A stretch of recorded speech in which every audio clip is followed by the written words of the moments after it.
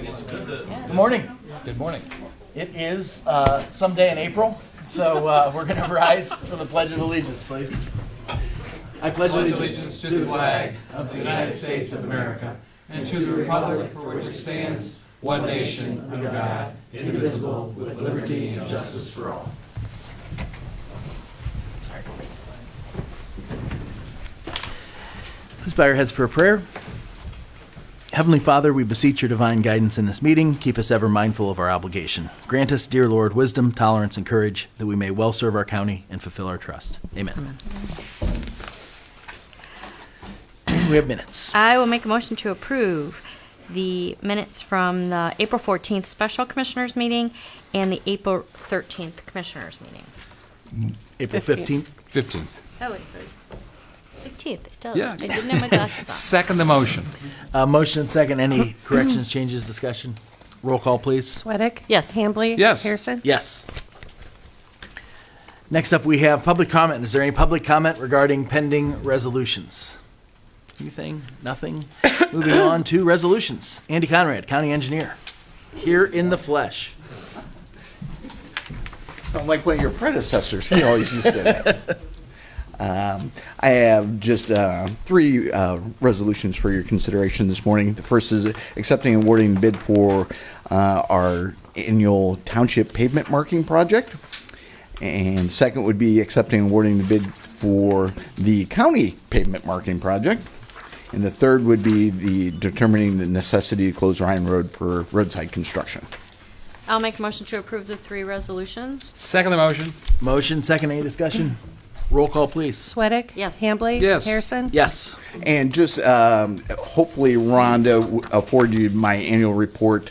I didn't know if you had any questions on there, but just a couple things to point out is the 282 bridges. Last year we replaced 4 of them through contracts totaling just over $1.2 million, and 85% of that, just over $1 million, we were able to secure grants for.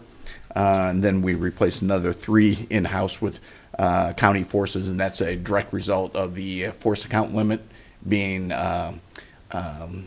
So that significantly helps our program, that we can do some of that type of work in-house. And then we also did just under $2.3 million in resurfacing last year. So Super. Busy year last year, probably even a bigger, more aggressive program this year. Great. Are any of those dependent on things like the renewal of issue 2? Some of those dollars reflected in those amounts? Or? A number of those projects last year were issue $2. For those that may not be aware, issue 2 is a funding program statewide that's coming up. I appreciate you bringing it up. It is something that has benefited every community here in the county. All 17 townships, the cities, the villages have all been beneficiaries of grants through that program. It's up for renewal, another 10-year renewal here on May 6th. So I would encourage everybody to vote in favor of that. We've previously taken action in support of it too. So. Okay. Yep. I appreciate it. Thanks, Thank you. Andy. Thank you. Next up, sanitary engineer Jeremy Cinco. Morning, Jeremy. Morning, everyone. 4 resolutions for consideration today.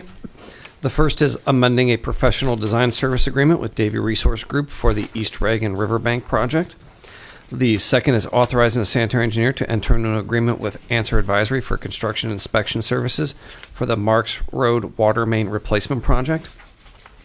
The third is authorizing the county and sanitary engineer to execute an agreement with Answer Advisory to provide construction supervision, inspection, and testing services for both the county engineer and sanitary engineering departments in 2025. That would be for our subdivisions in the county. And then the last is authorizing change order number 1 for the East Reagan River Bank relocation project. I'll make a motion to approve the 4 resolutions. Second the motion. Motion, second. Any discussion? I did want to point out that I thank you for you and Andy working through the combining and making sure that we have one contractor out there to be able to do the inspection and testing and supervision oversight for those projects. It's good to have the consistency of one agency, one entity. It'll be a lot easier for the contractor and developer to organize and coordinate their schedules for sure. Oh, indeed, yeah. Roll call, please. Sweattick? Yes. Hambley? Yes. Harrison? Yes. All right, thank you. Thanks, Jeremy. Thank you. Next up, Barb Bolton from from Solid Waste District. Morning, Barb.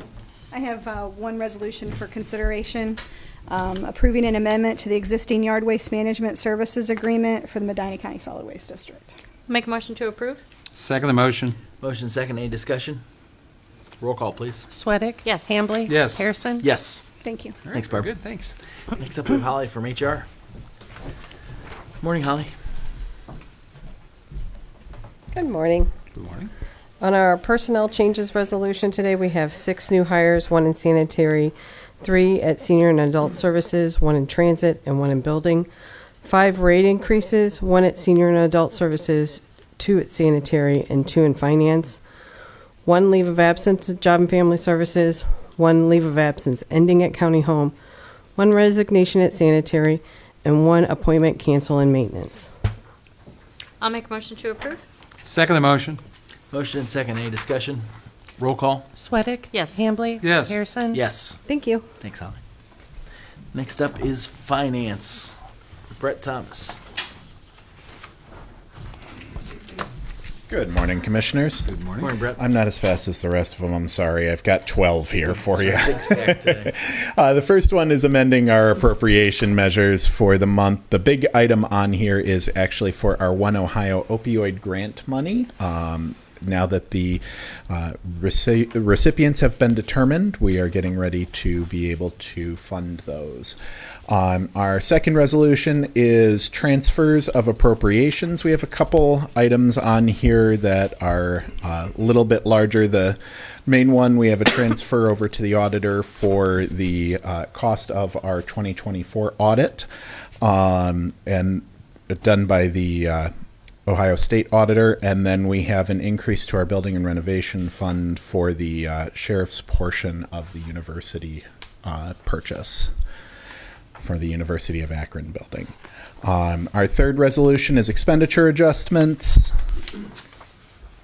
This was just a dental insurance that was paid out of a wrong fund.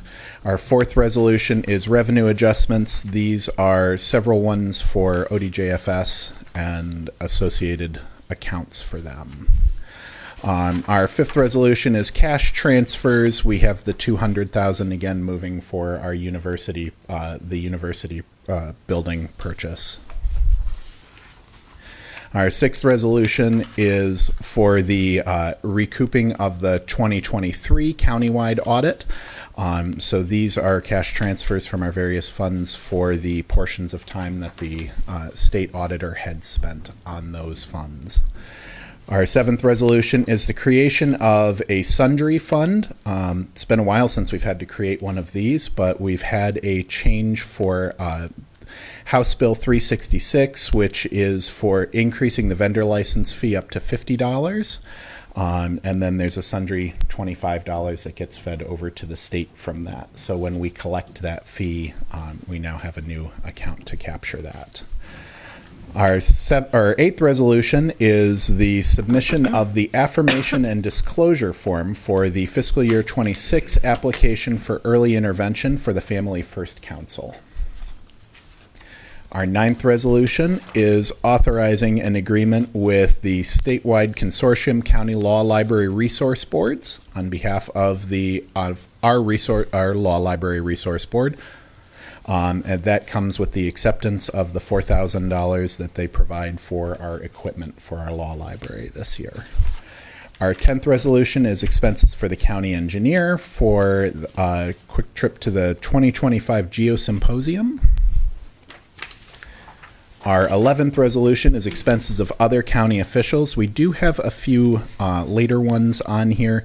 We had a couple from the auditor that were being addressed. They were provided originally on time, but then we had something that held up processing of those. We also received one from the sheriff for the Timberlake Police Department, and that one was completed on April 3rd and 4th. And then our 12th resolution is our weekly bills in the amount of $1,309,539.08. I'll make a motion to approve the 12 resolutions. I will second the motion. Motion second. Any discussion? Roll call, please. Sweattick? Yes. Hambley? Yes. Harrison? Yes. Thank you, Commissioner. Thanks, Brett. Next up, Matt Springer. Hey, Matt. Good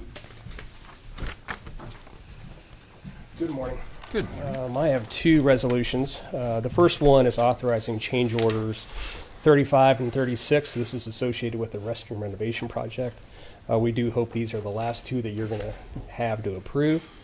The second resolution is establishing a funding source for the court-appointed special advocacy in the amount of $25,000. This was part of our 2025 budget approval for this year. I'll make a motion to approve the two resolutions. Second the motion. Motion second. Is there any discussion? Just want to mention, we have Ashley Kraus from the Children's Center here and Jen Moore from the probate court here. So kudos to them for their involvement in getting this CASA program off the ground. Specifically, Judge Dunn was instrumental in that. I know he's out of town today, or else he'd probably be here too. So this is a good step forward. From a conversation I had with Ashley last week, it sounds like there's been interest in the program, and we've got a good roster of potential initial directors who could come on board. So do either of you have anything else you want to add about the program or the process so far? No, we've been working well together between the Children's Center and the Probate Court. Thank you guys for your support. Next step is hiring a program director, and Oh, he's getting you a mic, actually.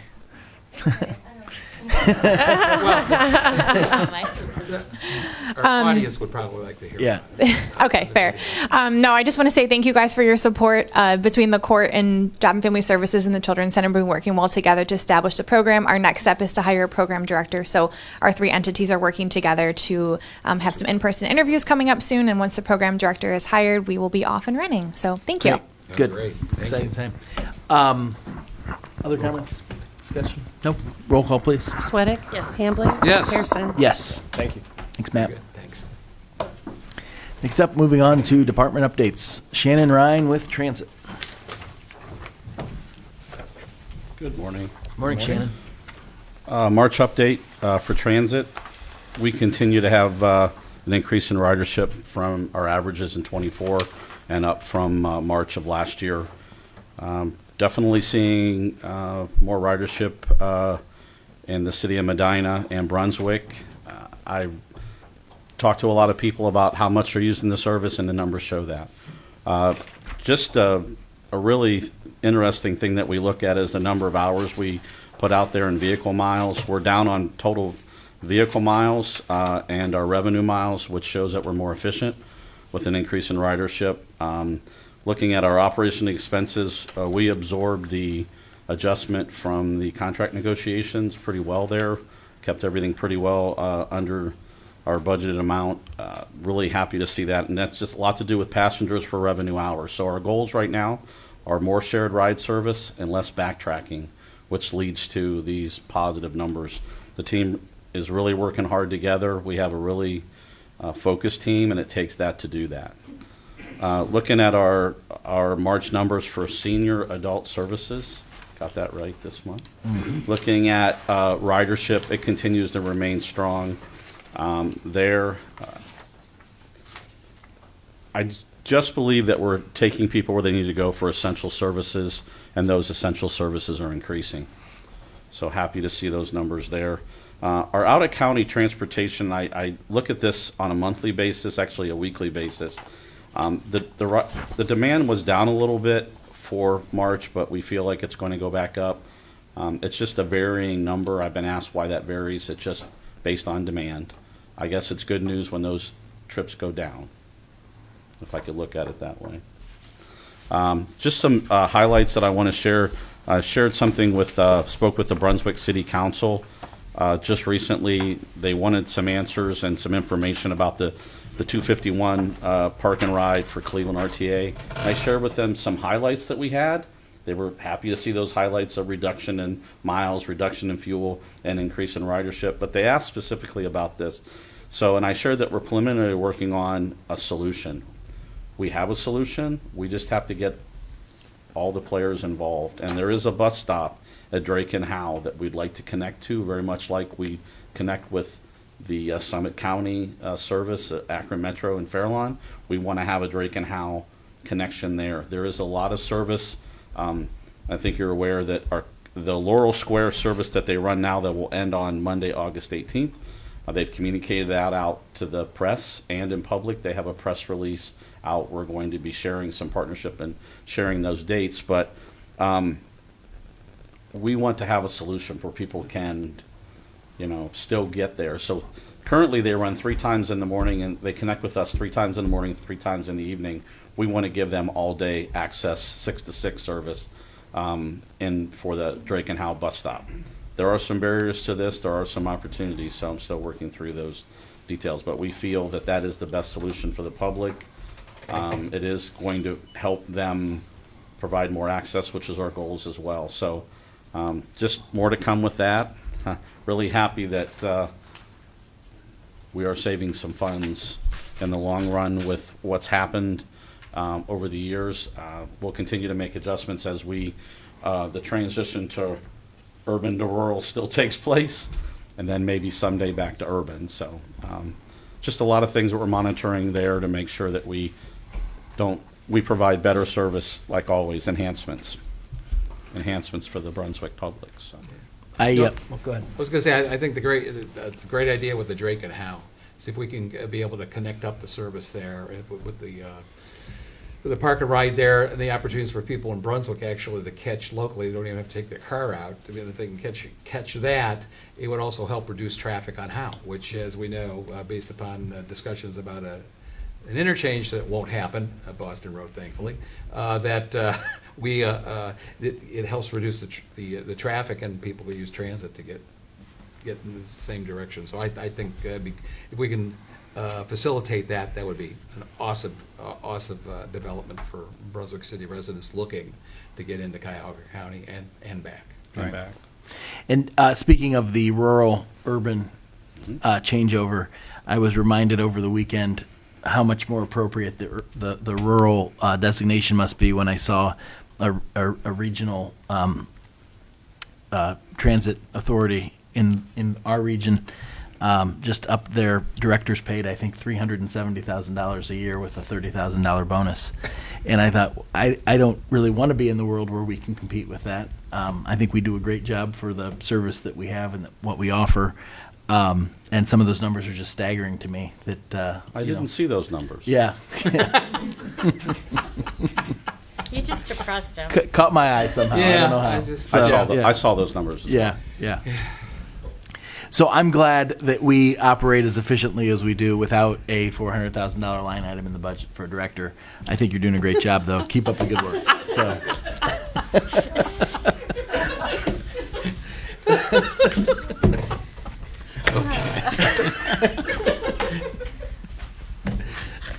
That's all I have. Thanks, Shannon. Thanks, Shannon. Speechless. Next up, I'm going to see if we can make this one go a little bit better, Debbie. Debbie Kiley from JFS. Okay. Good morning. First, before department updates, 3 resolutions for your consideration this morning. The first is one authorizing a sub-grant agreement between Ohio Department of Job and Family Services and Medina County, JFS. The next is authorizing the county auditor to transfer funds from the JFS Children's Services Fund to the JFS Public Assistance Fund. And the next is authorizing the county auditor to transfer funds for our child support administration and RMS expenditures. Make a motion to approve the 3 resolutions. Second the motion. Motion second. Any discussion? Roll call. Sweattick? Yes. Hambley? Yes. Harrison? Yes. And just some data points for you this morning. We continue to maintain over 9,000 recipients of SNAP benefits and 27,000 Medicaid recipients. We're finishing up applications that received from the marketplace during open enrollment, which I believe started in November and ended sometime in January. When private insurance opens up for people in the community to purchase, when they enroll through the marketplace and they claim a statement of income, if it even sounds like they might be Medicaid eligible, we immediately get an application. So it's several thousand that we receive over that course of time. Even if they aren't eligible for Medicaid, we still have to act on it. So it's an additional burden on everyone in the agency, but I think we're down to our last 500 or so that we're trying to finish and process. So that work continues there. Child support, they're continuing to work on 5,900 cases, collecting over $9.6 million in current support payments, and that's been since the beginning of the federal fiscal year. And then for our child protective team, as of April 1st, we have 111 children in care.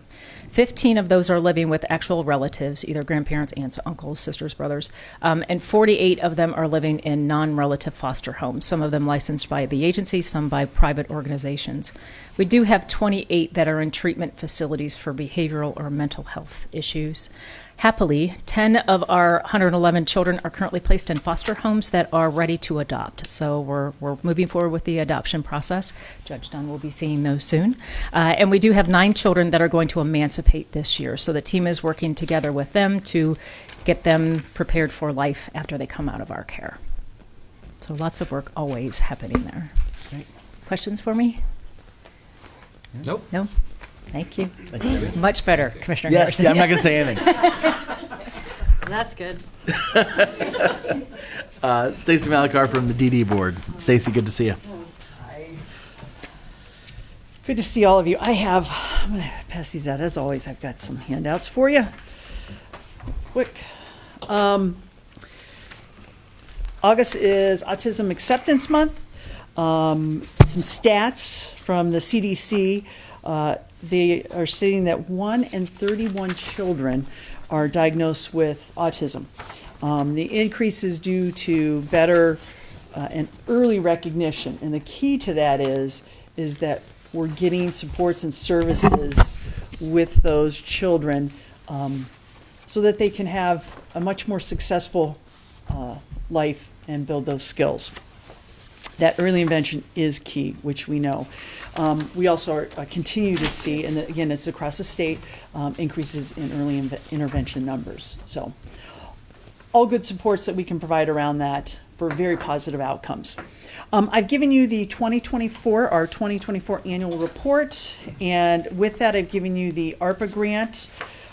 Just a couple of recaps. Last year we served a little over 1,500 people. And again, once someone is eligible for our services, that is for life. So we continue to support those people that need our services. There has been increase, obviously, in our Medicaid funding with waivers. Those are constantly growing, which provide funding for much needed supports. We have 349 providers that we have worked with to help serve people with developmental differences. We had over 1,120 trainings and presentations to educate the community, as well as the providers that are providing the services. And one of my favorite topics, the changing table. We had 423 people that visited the mobile changing unit that we have sponsored. And that is great thanks to using our ARPA funds that help support that. We're going to continue to do that. I believe we've got about 30 events set up this year to have that changing station there. Wow. It's a game changer for people. It's not just for folks with developmental disabilities, it's for anybody with a mobility issue. So we're real excited to be able to partner with different community events to have that available for people. The other real quick, leadership, we have our Third Leadership Academy. So we have another group of about 4 individuals that are going to participate in that. So we're very excited. The DSPU, our Direct Support Professional University, that's a collaboration with the Career Center and the DSP state organization. And it has been a great success. We just had 6 young people complete that. They are completed with their certification so they can go out and actually provide supports and services to people with developmental disabilities. So that, again, is great. We've got another class coming in. It has just been a tremendous success. They have opportunities not only to get their coursework so that they're certified by the state, but also internships. So they're out there working at different places to kind of really find out what it's all about. So great program. Give back to community. During our in-service, our staff in-service this year, we tried something different. We took our morning session and all of the staff at Medina County Board went out to different organizations for a couple hours of community give back. It was great. Not only did our staff really enjoy it, but the community partners were very accommodating and thankful. So I think it's something we're going to do annually. It just was really nice to give back to the community. And the last thing I have, I gave you Safety Town. We've got Safety Town coming up again, June 23rd through the 27th, and it's for children in grades K through 1. Any questions? Great. Very good. Thank Great. you. Thank you. Thanks, Stacy. Next, we have a couple of commissioners' resolution. The first resolution is accepting resignation of Susan Myers and Melissa Pierce from the Medina County Mental Health and Recovery Board. I will make a motion to approve. Second the motion. Motion second, any discussion? Roll call. Sweattick? Yes. Hambley? Yes. Harrison? Yes. Next up, we are appointing Matt Springer to the Medina County Opioid Settlement Program Funding Committee to replace the vacancy created by Chris Jacobs' recent retirement. I'll make a motion to approve. Second the motion. Motion second, discussion? Roll call. Sweattick? Yes. Hambley? Yes. Harrison? And lastly, we have accommodation. I am not going to read this because it's going to be presented at the Westfield Center, Westfield Village council meeting in May. But this is commending Chief Chad B. Myers for his retirement from as chief of police for the Village of Westfield. I will make a motion to approve and thank him for his service. Yes. Second the motion. Motion second, roll call. Sweattick? Yes. Hambley? Yes. Harrison? Yes. Okay, next up, public comment. Is there any public comment on anything? Hearing none, we'll move on with discussion session. Jeremy, do you have something?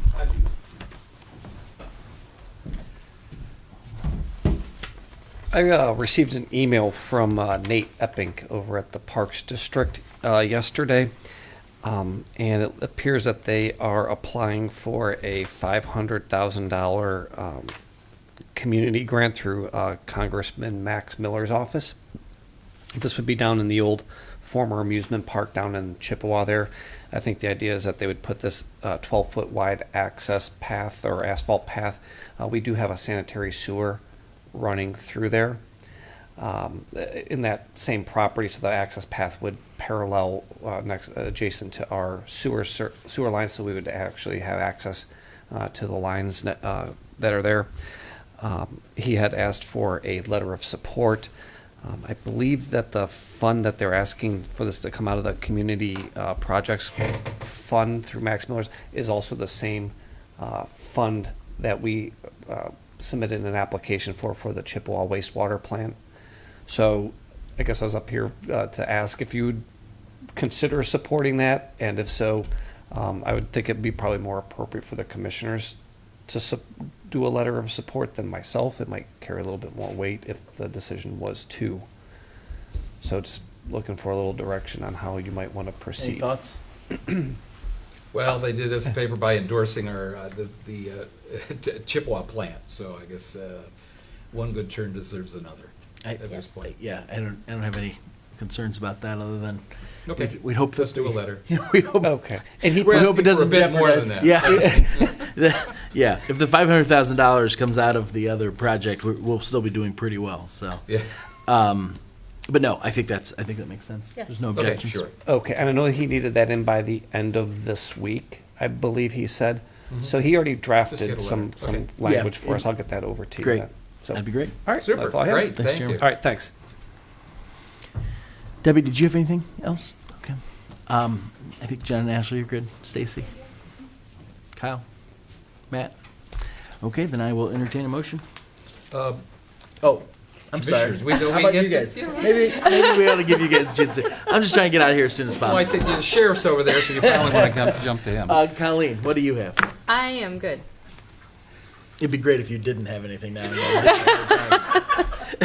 Unfortunately, I do. Okay. As you know, we received notice about a notice of intent to create a tax incentive district in the city of Wadsworth. And this involves a 30-year, 100% TIF for the purposes of creating 280 residential units, or the infrastructure, public infrastructure for that 92 single-family, 188 townhouses. The way the law reads, and I think all of us have received the same notification as well as the insight, that if it's beyond, given the term goes beyond 10 years, and also if it's over 75%, the commissioners have the ability to object. I'm not going to be here next week, and I know we're getting some background information. They gave us quite a bit already. I would like that we go ahead and plan on discussing this, since I'm not going to be able to be here next week, the following week, I think it was May 6th. If you don't mind, to invite Bethany Dentler, who, as you know, is involved in those various kind of aspects, for her insight on it. I've got great concerns when you're taking, literally these, they're going to still pay property taxes, and they're going to be paying off 5.8, as I understand, $5.8 million in public infrastructure improvements, at least the list that we received, but for 30 years and 100%, which means the schools will get nothing Yes, for 30 years. it's a long time. And with their children attending that and essentially not paying any of the local share of taxes. And so I've got great concerns about I that. agree with you. And unfortunately, the county can only look at the county portion of it that would be attributable to DD and some of the other county agencies. But I think certainly we ought to be discussing it, be looking at it. So my gut level said, oh, heck no, we won't be supporting, but I want to gather more information, because I've got great concerns that they're allowing that kind of, I'll just say, money and a process for residential development. And Just- our support would be precedent setting for future projects. Exactly, because we know there are other TIF proposals throughout the county have been discussed, but primarily, almost exclusively, it's been for industrial or commercial purposes, not for exclusively residential. And it does impact County Road, Hartman. It does impact, obviously, county services, which gives us a basis, and the law gives us a basis. But I also have grave concerns as to what that means to the schools for 30 years. So we want to do a discussion, an expanded discussion on that at the May 6th meeting. Either with expand it, Bethany or if we need to do a special, depending on, Okay. and I guess since I'll be not around next week, Yep. your latitude, who you need to invite come forward that can provide us a better insight based on the documentation. Obviously, there'll be probably some bond attorneys involved with this one, who are going to be overseeing basically maintain the loans, but this is going to require the Budget Commission. We know the Budget Commission will get involved when they start doing the rollbacks, but this is something that could heavily impact Wadsworth City Schools. I guess if it goes through, I guess I don't understand why every development wouldn't get it, and then that's a huge problem. Do you know what I mean? Well, that means everybody else has to pay the taxes. Well, I understand improvements in public infrastructure. Right. But I also want to make sure that it truly is, we've seen the list, I mean, at least the dollars amounts. And I have real questions as to, is that public infrastructure, is that road costs, sewer costs, the water and so forth, is that just within the main lines, or does that also, given I looked at the design, are those, the way it looks, it could potentially be also paying for the laterals to those housing units? In other words, that since it's owned in common, in its association, and given the developer, I just have questions as to whether it's also paying for those laterals to those residential units. I've seen similar type of developments down in Columbus area, where they basically, I'll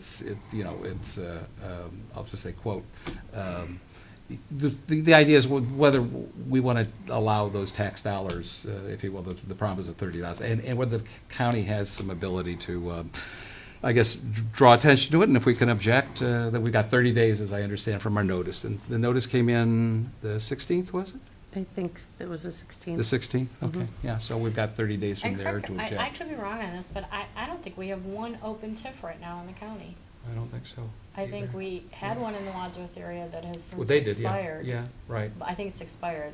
Right, yes. But I don't yes. think we have one. Well, I think when they were doing their main project, but this is, well, we know there's others being proposed, and in fact, economic development will be coming forward, but they're for commercial purposes, where they're not generating any, if you will, burden on the cost of services on on the schools. I think this also helps us, I think, even emphasize the importance of doing a cost of services study that we put money in for, and we need to move forward with that project as well, so we know literally what are the costs of services when we have a residential unit. Typically for development and zoning, these are the kind of things you would consider, as to know, certainly over a 30-year period, you're going to have 280 units that are going to generate with some frequency children going to school. Well, and to Colleen's point too, it becomes precedent setting. So Indeed. the more of a process we can put it through or apply, the better that informs future decisions. So Yeah, okay, but that's just a request we do that. Yep. Thanks for bringing that on up. the 6th. We'll Thank get you. something scheduled and plan to be prepared to discuss it on the 6th. Super, thanks. Anything else? And I don't have anything else, so I will at this point entertain a Okay, motion. And now I put my thing away. Okay, I will make a motion to go into executive session to discuss imminent litigation and to consider the appointment of a public official. Second the motion. Motion second. Roll call, please. Sweattick? Yes. Hambley? Yes. Harrison? Yes. And we will adjourn from there. Thank you, everybody.